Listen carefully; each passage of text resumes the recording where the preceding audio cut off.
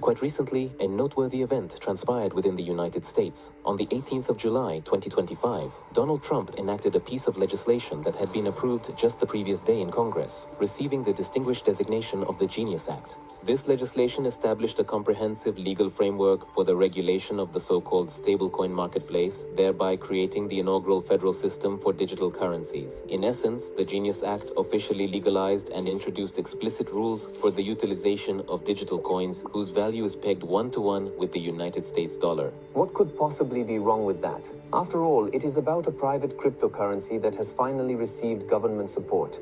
However, problems arose with this law immediately. Many people became concerned, even among the supporters of the current president. For instance, White House strategist and former advisor to Donald Trump, Steve Bannon, wanting to understand what was happening, went live on that very day and asked his good acquaintance Marjorie Taylor Greene to clearly explain the whole situation to him. Marjorie's response really surprised Steve, and now you'll understand why. I'm very confused about the Genius Act. I thought there was a deal made by the president to make sure that included was going to be the central bank digital currency. There'd be no possibility of a backdoor to get that. So where are we? Steve, let me explain something. In 1971, we went off of the gold standard. The Federal Reserve did that. And we went to cash, a cash society. And the value of the dollar has drastically gone down to the buying power is less than 10 cents now from where it was in the 1950s before we went off the gold reserve. What's happening today on July 17th in 2025, when no one is paying attention, no one's talking about it, everyone is in blind rage about the Epstein files, and I don't blame them. However, right now, what is being voted on today in Congress is the entire setup, groundwork, and an entire infrastructure being laid to move from cash to digital currency. And the number one thing that is not happening today is a ban on a central bank digital currency. This means the ability for the government to take control of your digital bank account where all your money is and turn it off.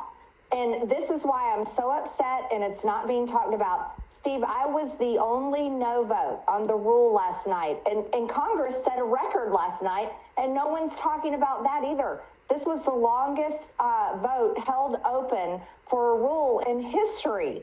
And it finally shut down sometime around midnight because there was a deal made, and the deal will not be honored. It was a deal that Speaker Johnson made, and he said that he would put a ban on central bank digital currency in the NDAA. But let me tell you something, that's going to get stripped out in the Senate because what they told us all week long is the Senate does not have the votes to pass a ban on a central bank digital currency. So I want to lay this out straight for you all. You never thought in your lifetime that the government would shut you down, would close your churches, would close your schools, would close your business. And that happened only a few years ago. But what is happening today is the groundwork is being laid, and it's all in the name of cryptocurrency and stablecoin. But it is the entire regulatory process to switch us from cash to a cashless society to digital currency that can be controlled by the federal government.